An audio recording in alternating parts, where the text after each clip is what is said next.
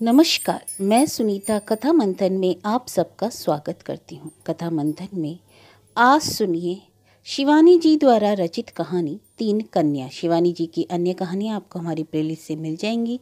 Link आपको and screen पर मिल जाएगा। इसके अलावा अन्य कहानियों और उपन्यासों का लिंक भी आपको एंड स्क्रीन तथा डिस्क्रिप्शन बॉक्स से मिल जाएगा। अगर आपको हमारी कहानियाँ पसंद आती हैं तो प्लीज़ चैनल को सब्सक्राइब करना ना भूलिएगा। तो चलिए शुरू करते हैं कहानी तीन कन्या। लेखिका शिवानी।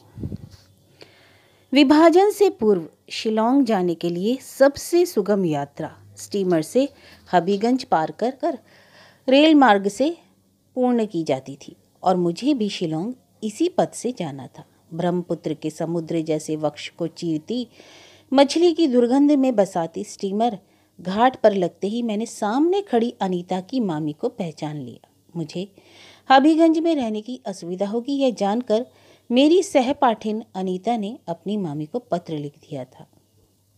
तुम्हें स्टीमर से लिवा ले जाएंगी। मामी को कैसे पहचानोगी पूछती हो? और वह जोर से हंसी। शंख सा रंग, लंबा कद, माथे से भी बड़ा जूड़ा और गोद में मोम की गुड़िया सी बेबी। अनीता के वर्णन में कहीं भी अतिशयोक्ति दोष नहीं था। गोद में बेबी तो नहीं थी पर साथ में दो दुबली पतली सांवली सी लड़कियां थी। इतनी सुंदरी मामी की ऐसी घिनौनी जुड़वा पुत्रियां कैसे हो गईं? मैं सोच रही थी। कुछ बच्चे ऐसे भी होते हैं जिन्हें चेष्टा करने पर भी दोहराया नहीं जाता, और दोनों लड़कियां ऐसी ही थीं। मुझे लेने मामी अपनी विक्टोरिया गाड़ी लाई थी। गाड़ी का क्लेवर जीर्ण शीर्ण हो गया था, किंतु खिड़कियों पर रेशमी झालर के पर्दे लगे थे और कोचवान की ठसकेदार मूछें और भड़कीली वेशभूषा देखकर स्वामिनी का रौब मुझ पर यथेष्ट छाने लगा। विक्टोरिया गाड़ी चली तो मामी ने पर्दा खोल दिया। लो देखो, यह है हमारा हबीगंज। एक नर्सरी राइम में तुमने तो पढ़ा ही होगा ना। एक टेढ़ा शहर था जहाँ का बूढ़ा, उसकी लाठी, यहाँ तक कि माइलस्टोन भी टेढ़ा। ऐसा ही टेढ़ा शहर है यह।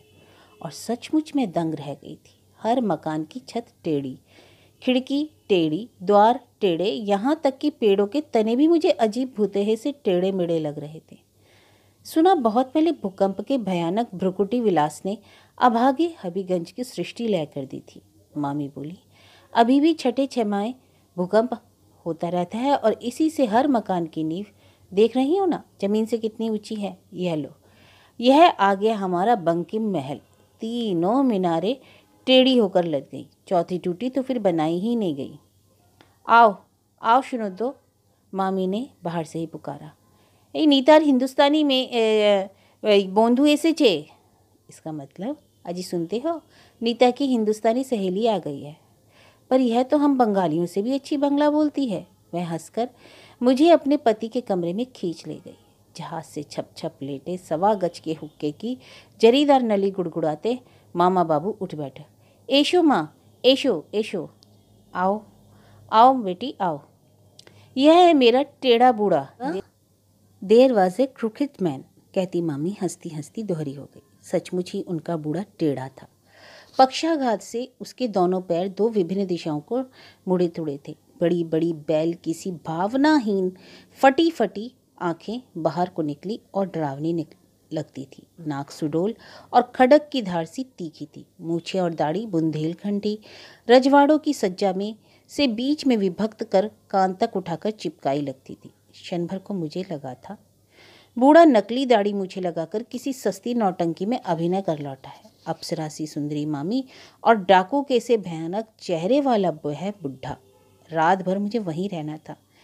ना जाने कैसे अनजान भय की सिरहन मेरी रीढ़ की हड्डी में सरसराती नीचे ऊपर उतरने लगी। अरे तुम आके देखी तो मैं भय पाचे। अरे तुम्हें देखकर तो लड़की डर गई है, मामी ने हंसकर अपने पति से कहा। बूढ़ा बड़ी देर तक हो करके हंसता रहा और हंसने से उसकी राम ढोल सी तौन थुल थुल करती हिलती ही रही थी। मामी का महल वास्तव में दर्शनीय था। दर्जनों नौकरानियां थी। कोई मछली काट रही है, कोई कमरे पहुंच रही है, कोई उनकी दो काली मरघिन्नी लड़कियों को घुमा रही है। मामी ने बड़े यत्न से मुझे 2 दिन रखा। तीसरे दिन मैंने जाने की जिद की तो तुनक गई। वाह वाह, पहली बार ननिहाल आई हो, ऐसे कैसे जाओगी? ढाका की फूलदार साड़ी, नूतन गुड़ के संदेश यानी नए गुड़ की मिठाई, घर के नारियल का तेल और भी ना जाने क्या क्या उपहारों के साथ में रखकर बड़े स्नेह से मामी ने विदा दी थी।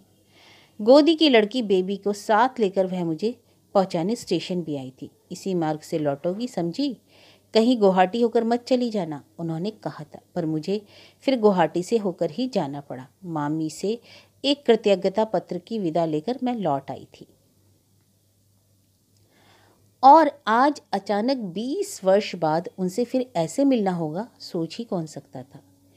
मेरे बंगले के सामने का चौराहा शायद प्रयाग का सबसे मुखर चौराहा है। एक सड़क सीधी संगम को चली जाती है। माघ मेले की इंद्रधनुषी भीड़ का संगम पहले इसी चौराहे पर होता है।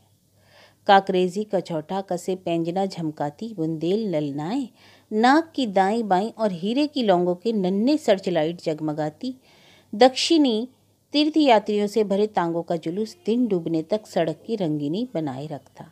मेडिकल कॉलेज को जाती कतारबद्ध श्वेतांबरी नर्सों को देखकर कभी कभी दंग रह जाती। एक सा ठप्पा, एक सी हंसी और एक से जुड़े, लगता एक ही नमूना पेटेंट करा दर्जनों परिचारिकाएं बनवा ली गई हैं। कभी कभी इमली को ताककर फेंका गया ढेला गलत निशाने पर बैठता है और देखते ही देखते उद्दंड स्कूली बालकों की वानर सेना मेरी खिड़की का शीशा चूर चूर कर देती हैं।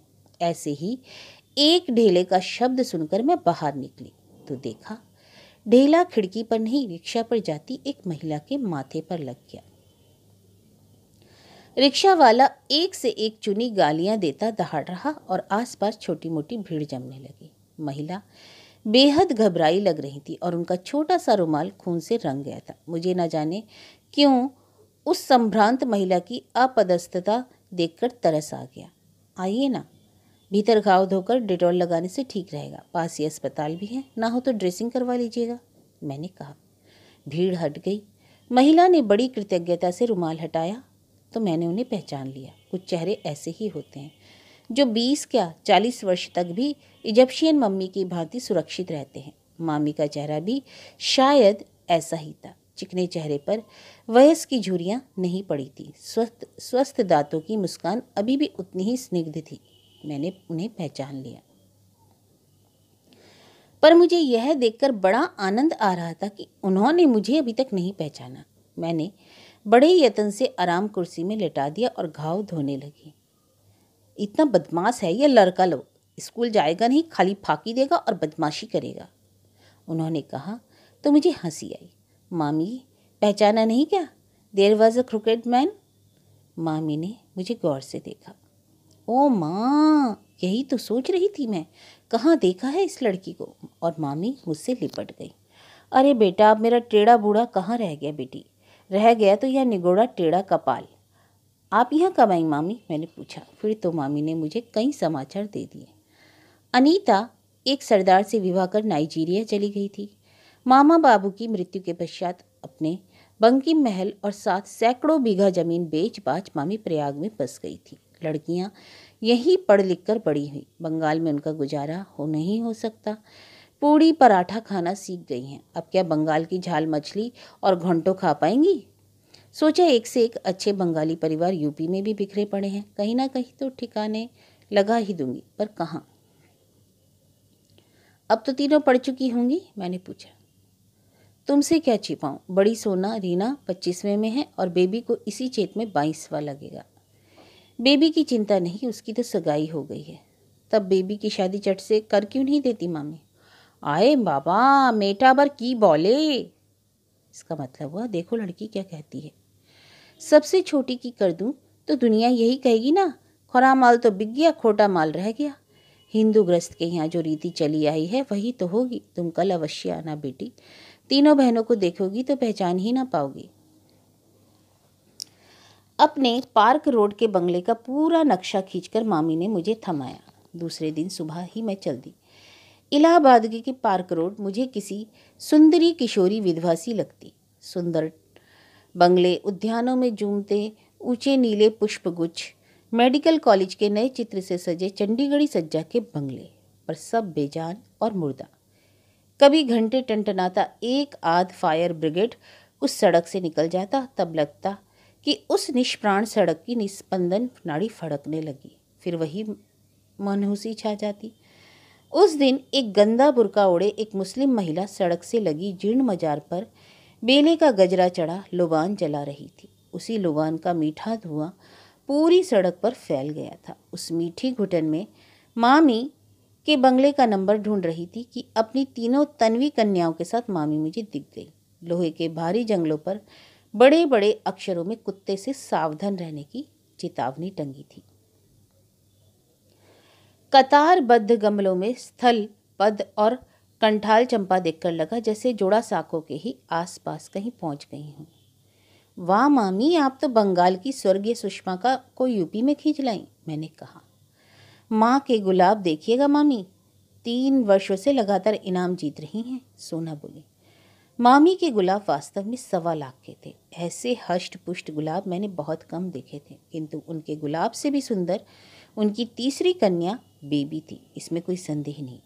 या तो 2 सांवली बहनों के बीच में खड़ी रहने से या गुलाबी पीले गुलाबों की मध्यम आभा से बेबी का रंग गहरा गुलाबी लग रहा था। ऐसा रंग बंगाली लड़कियों में देखने को कम मिलता है। आंखें बहुत बड़ी नहीं थी, किंतु प्रत्यंचा सी भवों के बीच लापरवाही से खींची गई तिलकनुमा काजल की बिंदी बड़ी ही प्यारी लग रही थी। नाक बहुत पतली होने के कारण अधरपुट खुल जाते थे। लंबे बालों का ढीला जूड़ा बार बार खुलकर उसके कंधों पर ढुलका जा रहा था, और मामी की वह जूड़ा बांधने वाली अनूठी कन्या उतनी ही गांठों से मेरा मन बांधती जा रही थी। सोना और रीना भी शायद बहन के साथ नहीं देखी जाती, जो यथेष्ट रूप से आकर्षक थी। दोनों जुड़वा होने पर भी पहचानी जा सकती थी। सोना की आंखें बड़ी थी, रीना की साधारण। सोना की नाक रीना की अपेक्षा अधिक तीखी थी, किंतु रंग दोनों का जुड़वा था। अपने रंग को पाउडर की मरीचिका से छिपाने का कोई प्रयास नहीं किया गया था, न केश विन्यास में ही किसी प्रकार का आडंबर था। इसी से दोनों बहनों की सादगी मुझे और भी अच्छी लगी। वाह, कितना बढ़िया मकान है मामी आपका, मैंने कहा। इलाहाबाद में तो मकानों की बड़ी तंगी है। अरे बोलो के नो माँ, मामी बोली। क्या बात है, हमने इस मरे मकान के लिए क्या कम कष्ट उठाया है। वह तो मकान मालिक का लड़का हमारे प्रतुल के साथ पढ़ा है। प्रतुल से ही तो हमारी बेबी की सगाई हुई है, बताया तो था शायद तुम्हें। बड़ा अच्छा लड़का है बेटी, 2 साल पहले IPS में आया था, आजकल सहारनपुर में SP है। कब है शादी? मैं प्रश्न पूछते ही खिसिया गई। मामी तो अपनी विवशता पहले ही बता चुकी थी। सोना, रीना और बेबी मेरी चाय की तैयारी करने भीतर चली गई। मामी फिर वही उत्तर दोहराने लगी। यही तो दिन रात प्रतुल भी पूछता है। 4 वर्ष पहले सगाई हो गई थी, अब तो कभी कभी लड़का बुरी तरह झुंझलाने भी लगा है। कोई और होता तो धत्ता बता देती, पर हाथ में आए रत्न को कैसे गंवा दूं। इसी से दुधारू गाय को लाद भी सहती रहती हूँ। सोना रीना के लिए दिन रात एक करके लड़का ढूंढ रही हूँ। विवाह क्यों नहीं कर देती मामी, आजकल यह सब कौन मानता है, मेरी ही छोटी ननद। मैं बात पूरी भी नहीं कर पाई थी कि मामी की तीनों कन्याएं खान पान का बहुत सा सामान लेकर आ गई। बड़ी देर तक गपशप में घर लौटना भी भूल गई। फिर तो प्रायः ही तीनों बहनें मेरे यहाँ आ जाती। सोना नागपुर में डॉक्टर थी और रीना चंडीगढ़ में पढ़ रही थी।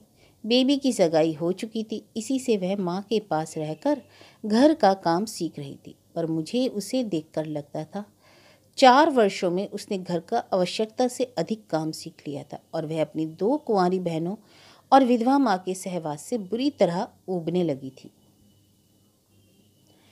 इसी बीच मेरे पति को विज्ञान परिषद के एक जलसे में 3 महीने के लिए वियना जाना पड़ा। उस बीहड़ बंगले में रहने का मुझे साहस नहीं हुआ। सामने भयावने कंपनी बाग के अहाते में ही आए दिन राहगीरों को छुरा मारने की घटनाएं अखबार में छपती रहती। मैंने मामी की शरण ली। क्या अपने सुंदर बंगले के 2 कमरे मुझे किराए पर देने की कृपा करेंगी? ओ माँ की बोल छो, क्या कह रही हो? किराया ना और कुछ, तुम अपने ननिहाल जाती तो वहाँ भी किराया देती क्या? उसी दिन मैं अपना सामान ले आई। मेरा अपना चूल्हा फिर मामी के यहाँ जल ही कहाँ पाया। नित्य ही मुझे मामी की रसोई में जीमने का निमंत्रण रहा। कल सोना जा रही है, उसे चंद्रपुली बहुत पसंद है। रीना के साथ मछली के कटलेट बनाकर रखे जा रहे हैं। बिना मांस मछली के बेबी के गले से नीचे गस्सा नहीं उतरता। पति के विदेश गमन से प्रोषिता पत्नियों की कलाइयों के कंगनों का विरह दुख से बाहों के अनंत बन जाने का वर्णन प्राचीन कवियों ने किया है। पर यहाँ तो मामी की स्निग्ध स्नेह छाया में खा खाकर मेरी कलाइयाँ ही बाहें बनी जा रही थीं। मामी के कार्य करने की पटुता एवं क्षमता भी देखते ही बनती थी। उनका हर कार्य इतना सुघड़ और स्वच्छ होता था कि जी में आता उनकी प्रौढ़ लंबी उंगलियां चूम लूं। जिस उम्र में स्त्रियां अकारण ही चिड़चिड़ाने लगती हैं वही उम्र थी मामी की। पर जब देखो तब उनका चेहरा ताजे फूल सा खिला रहता। दोनों लड़कियां नौकरी पर चली गई थीं। अकेली बेबी माँ के पास बनी थी। उस लड़की की एकांत प्रियता एवं अनोखा अस्वाभाविक गांधीर्य मुझे कभी कभी भ्रम में डाल देता। लड़की का स्वभाव ही ऐसा है या माँ के कठोर अनुशासन से सधे अवांछित कौमार्य ने उसे इतना उदासीन बना दिया। लगता था टुकड़े टुकड़े कर देने पर भी लड़की के हृदय की बात कभी भी कोई नहीं जान पाएगा। ना उसे पहनने ओढ़ने का शौक था और ना घूमने का। ना उसे पढ़ने में रुचि थी, ना गाने बजाने में। कभी कभी क्रॉस स्टिच की कढ़ाई लेकर बैठ जाती तो दिन भर में एक गद्दी काढ़ कर पूरी कर देती। कभी तो 2 दिन में स्वेटर भी तैयार कर लेती। कभी पट्टियां बुन बुन कर उधेड़ती रहती। कभी सनक सवार होती तो पूरे घर की सफाई कर डालती। उसे भी अपनी माँ की भांति सफाई का खप था। मुझे इस सुंदरी लड़की की इसी आदत को देखकर कभी कभी उसके भविष्य के लिए बड़ी चिंता होती। मेरी कुछ ऐसी धारणा है कि जो नारी सफाई के पीछे मरी मिटी जाती है उसका वैवाहिक जीवन उतना सुखी नहीं हो पाता। जिसका सारा समय यही सोचने में बीत जाता है कि उसकी पलंगों पर बिछे पलंग पोशों की समांतर रेखाओं का माप कितने इंच और कितने सेंटीमीटर की परिधि में बंधा रहना चाहिए, मेज पर सजी पुस्तकों की जिल्दों का रंग कैसे मैच किया जाए कि सुंदर लगे, या बॉक्स में साड़ियों की तह कैसे पिरामिड के स्तूपाकार गड्ढों में सजाई जाए। उसके पास अपनी गृहस्थी की मुख्य समस्याओं के मनन के लिए कभी कभी बहुत कम समय रह जाता है। उस नारी का पति कभी तौलिए की लुंगी बांधे कमरों में इधर उधर घूम नहीं पाता। बिस्तर की सिलवट बिगड़ने का दुस्साहस करने पर गृहस्थी में तूफान खड़ा हो जाता है। उस ग्रह के बच्चे सजे संवरे गुलदस्तों में बंधे कटे पुष्प गुच्छों की ही भांति सुंदर पर निर्जीव लगते हैं। अपने ग्रह को आवश्यकता से अधिक सज्जा प्रदान करने में कभी कभी ऐसी कलात्मक रुचि की नारी के हृदय का अंतरंग कक्ष बिना झाड़ा ही रह जाता है और इसमें प्रयत्न की मकड़ी अपना ताना बाना बुन लेती है। सज्जा या ऑर्डर पुरुष का गुण है।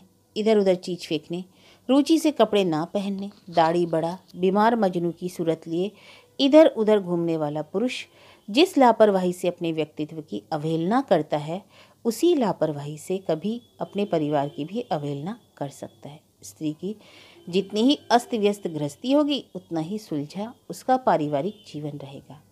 इसी से मामी के कैक्टस की 128 किस्में, इटालियन ब्रोकेट्स में मड़ा सोफ़ा और बगदाद कालीन देखकर मुझे लगता है जिस दिन मामी और उनकी 3 कन्याएं अपने इस बनावटी आडंबर की केचुली से बाहर निकल कर खड़ी होंगी, उसी दिन उन तीनों को एक साथ राजपुत्र से सुपात्र जुट जाएंगे।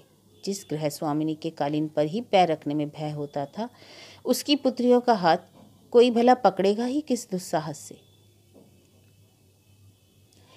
एक दिन मैं बरामदे में बैठी अखबार देख रही थी कि मामी दौड़ती आई। अरे आज प्रतुल आ रहा है, मार्ग में शायद एक रात यहाँ भी रुकेगा। तुम्हें अगर आपत्ति ना हो तो तुम्हारे ही कमरे को उसके लिए खाली कर दूँ। एक उसी कमरे में अटैच्ड बाथ है।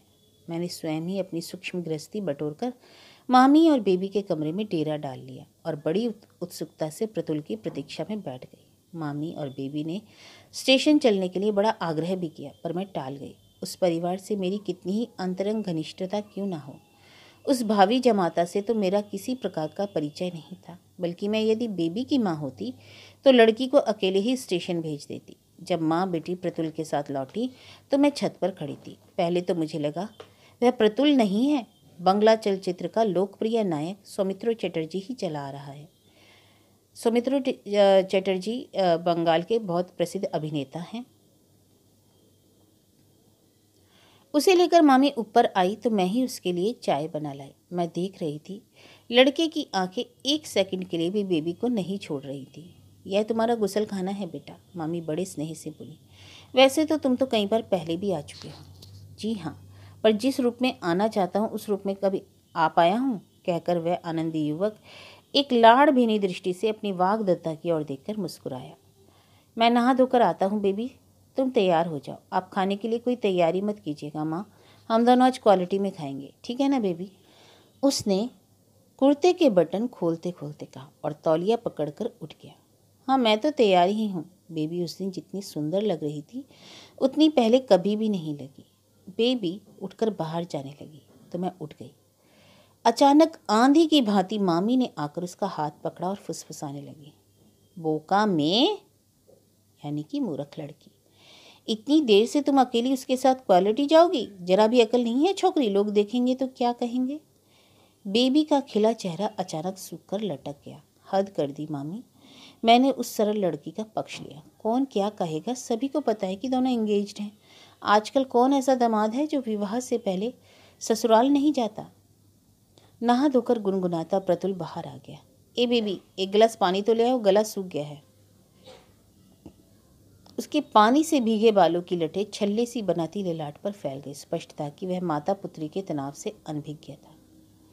वाह, आप तो अभी से बेचारी लड़की पर हुकूमत चलाने लगे। मैंने परिहास कर मामी को हंसाने की चेष्टा की, पर मामी नहीं हंसी। दोष क्या मेरा है? देखिए ना, 4 साल से ललाट पर मेरा रिजर्वेशन स्लिप लटकाए यह बेहया लड़की घूम रही है। बेबी पानी लेकर लौटी, किंतु जिस समझबूझ से पानी मंगाकर प्रतुल कमरे में चला गया था वह प्रयोजन सिद्ध नहीं हो पाया।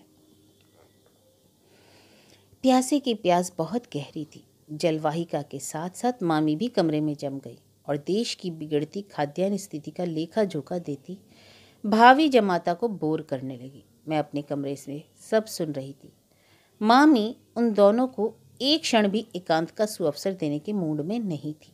मुझे मन ही मन मामी की अल्प बुद्धि पर क्षोभ हो रहा था। जमाता कितना बढ़ गया है इसका उन्हें कोई ध्यान ही नहीं था। मैं तो उन्हें पहले भी कई बार समझा चुकी थी। लंबी सगाइयाँ विदेशियों को शोभा देती हैं, हम भारतीयों को नहीं।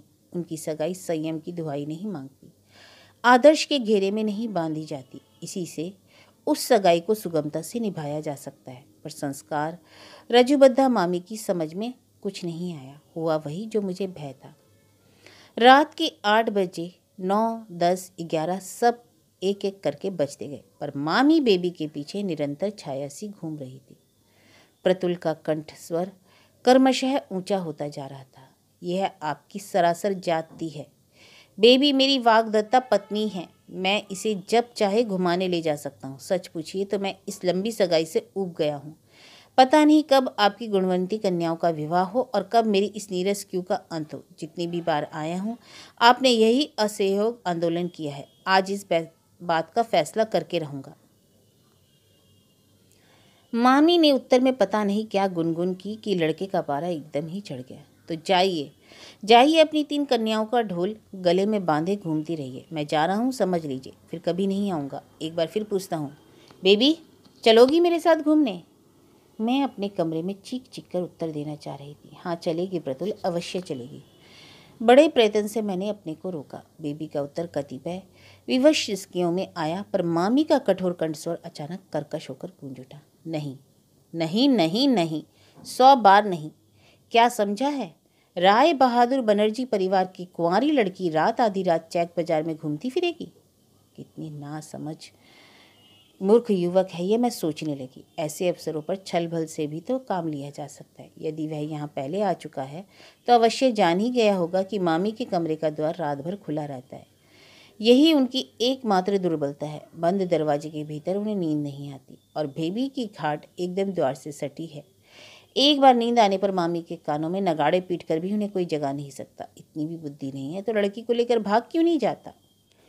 ठीक है, मैं जा रहा हूँ। प्रतुल शायद सचमुच ही चला गया, क्योंकि बेबी की सिसकियाँ मेरे कमरे के निकट आती गई। मामी उस निश्चय ही घसीट कर ला रही थी, क्योंकि बीच बीच में बोका में यानी कि पागल लड़की का स्वर आ रहा था। अचानक भद्द सी आवाज़ हुई और कटे पेड़ सी बेबी मेरे पार्श्व के पलंग पर आ गिरी। मेरी समझ में नहीं आया उसे आश्वासन दूं या नींद का बहाना बनाकर लेटी रहूं। नींद का बहाना बनाने में ही मुझे लाभ दिखा। अचानक भद्द सी आवाज हुई और कटे पेड़ सी बेबी मेरे पार्श्व पलंग पर आ गई। मेरी समझ में नहीं आया उसे आश्वासन दूं या नींद का बहाना बनाकर लेटी रहूं। नींद का बहाना बनाने में ही मुझे लाभ दिखा और प्रतुल सचमुच ही लौट कर नहीं आया। बेबी कई दिनों तक अपने कमरे में सिसकती रही। मुझे उस पर मूर्ख लड़की की अकर्मण्यता पर बड़ा दुख हुआ, पर बचपन से ही माँ के कठोर अनुशासन ने उसकी रीढ़ की हड्डी तोड़कर रख दी थी। कोई बात नहीं, मामी कहती, बंगाल की धरनी क्या योग्य युवकों से एकदम रीति हो गई है क्या? इसी वर्ष 2 लड़के IPS में आए हैं। एक का पद तो पिता भी DIG है।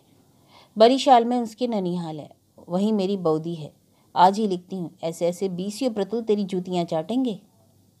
पर बेबी को जैसे जूतियाँ चटवाने की कोई आकांक्षा नहीं थी। इसी बीच मैं अपने बंगले में लौट आई थी। पति और बच्चों के साथ जब पहाड़ यात्रा से लौटी तो मामी से मिलने गई। बेबी की दोनों बहनें छुट्टियों में फिर आई हुई थी और 3 कन्याओं की उपस्थिति ने बहुत हद तक पिछली उदासी झाड़ पोंछ दी थी। फिर एक से रंगों के कार्डिगन बुने जाने लगे थे। फिर से 3 दिन के 3 शो सिनेमा देखे जा रहे थे, किंतु 3 जोड़ा आंखों में 1 जोड़ा आंखों की उदासी अभी भी पूर्ववत थी। कल हम लोग सब माघ मेला जाएंगे। अमावस का नहान है। वहाँ 190 वर्ष के एक बाबा जी आए हैं, सबके प्रश्नों का उत्तर देते हैं। आप भी चलिए ना, बड़ा आनंद आएगा, सोना बोली। माँ को हम प्रश्न नहीं पूछने देंगी। मजली रीना सबसे मुखर और हठीली थी। मैं जानती हूँ ये क्या पूछेंगी। क्या? मैंने हंसकर पूछा। वही निरर्थक प्रश्न, हम तीनों का विवाह कब होगा? सिली, कहकर वह हंसने लगी। पर आपको चलना होगा मौसी। आपको चलना ही होगा, बेबी ने कहा तो मैं उसकी करुण याचना, पूर्ण दृष्टि का निमंत्रण टाल नहीं सकी। कभी मैंने उसका पक्ष लिया था, शायद उस कृतज्ञता को भूल नहीं पाई थी बेचारी। मामी ने एक बड़ा सा बजरा किराए पर ले लिया था। अन्य यात्रियों से भरी नाव की अपेक्षा हमारा हल्का फुल्का बजरा सर्राटे से तैरा जा रहा था। 3 कन्याएं एक दूसरे से माथे सटाए एक से रंगों के 3 कार्डिगन मशीन की तेजी से खटाखट बुनती जा रही थी। अचानक गीत गाती ग्रामीण स्त्रियों से भरी एक नाव हमारे पास से गुजर गई। देख रही ना, वह नीली साड़ी वाली ग्राम्या कितनी सुंदर लग रही है, सोना ने कहा। देखूं दीदी, कहती दोनों बहनें आगे की ओर झुक गईं। नाव तिरछी हो गई। मैंने भी उस उत्सुकतावश नीली साड़ी वाली को देखने के लिए दृष्टि फेरी। मैंने जिसे देखा उसे शायद 3 कन्याएं नहीं देख पाईं। एक सरकारी पुलिस की नाव में 3-4 लाल पगड़ीधारी रौबदार थानेदार खड़े थे, जैसे लखनऊ के बने मिट्टी के खिलौने हों। स्वयं नाव खेता कंधे में कैमरा लटकाए पार्श्व में अपनी अग्निवर्ण सुंदरी असामी पत्नी को लिए प्रतुल मुस्कुराता खड़ा हुआ था। मैं मामी से सुन चुकी थी कि उसने एक असमी बरुआ लड़की से विवाह कर लिया। कहिए, कैसी हैं आप सब? खूब भेंट हुई। वह अपनी नाव को तेजी से खेता एकदम इतने निकट ले आया कि उस रौबदार सरकारी नाव की टक्कर खाकर हमारा जीर्ण शीर्ण बजरा डगमगा गया। लग रहा था कि उसने जानबूझकर ही ऐसा किया है, क्योंकि उसकी दुष्टतापूर्ण आंखें प्रतिशोध की चिंगारियां बरसा रही थी। वह केवल बनियान और पैंट पहने नाव चला रहा था। नीली जर्सी गले से बंधी झूल रही थी। नंगी चौड़ी ताम्रवर्णी छाती दर्पण सी चमक रही थी।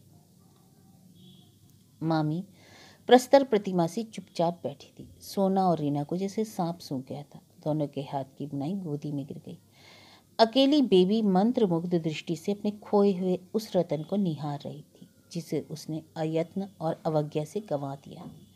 न उस दृष्टि में द्वेष था, न घृणा, न प्रतिशोध, न करुणा। केवल था तो प्रेम, अबाध निश्चल प्रेम। जानती हैं मिसेस बनर्जी, उसने मामी की ओर देखकर कहा तो तीनों बहनें चौंक पड़ी। आज तक उसने मामी को कभी इस विदेशी संबोधन से नहीं डसा था। मेरी इस पत्नी को विवाह से पूर्व मेरे साथ आधी रात घूमने में कभी कोई आपत्ति नहीं रही। वह हंसा और धीमे अंग्रेजी चलचित्र के नायक के स्वर में फुसफुसाया, good bye and good luck 3 कन्या।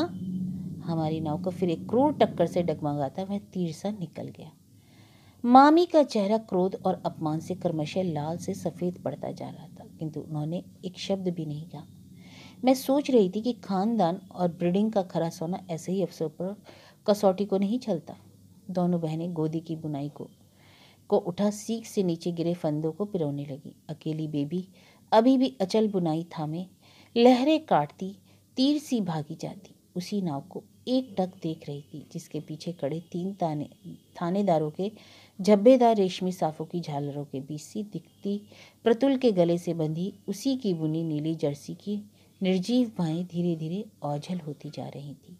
मुझे लगा यह त्रिवेणी तट नहीं ब्रह्मपुत्र का विस्तृत वक्ष है, जिसके तट से दिखती हबीगंज की टेढ़ी मेढ़ी बस्ती के बीच 3 टेढ़ी और चौथी टूटी मीनार लिए अभिशप्त बनर्जी परिवार का बंकिम महल चुपचाप खड़ा है। 4 मीनारों में जो चौथी मीनार भूकंप के धक्के से टूटकर बिखर गई थी, वह फिर कभी नहीं बनाई गई। मामी ने कहा था, सोचती हूँ आज भाग्य का भूकंप जो फिर से यही क्रम दोहरा रहा है, उसका अंत भी क्या वैसा ही रहेगा।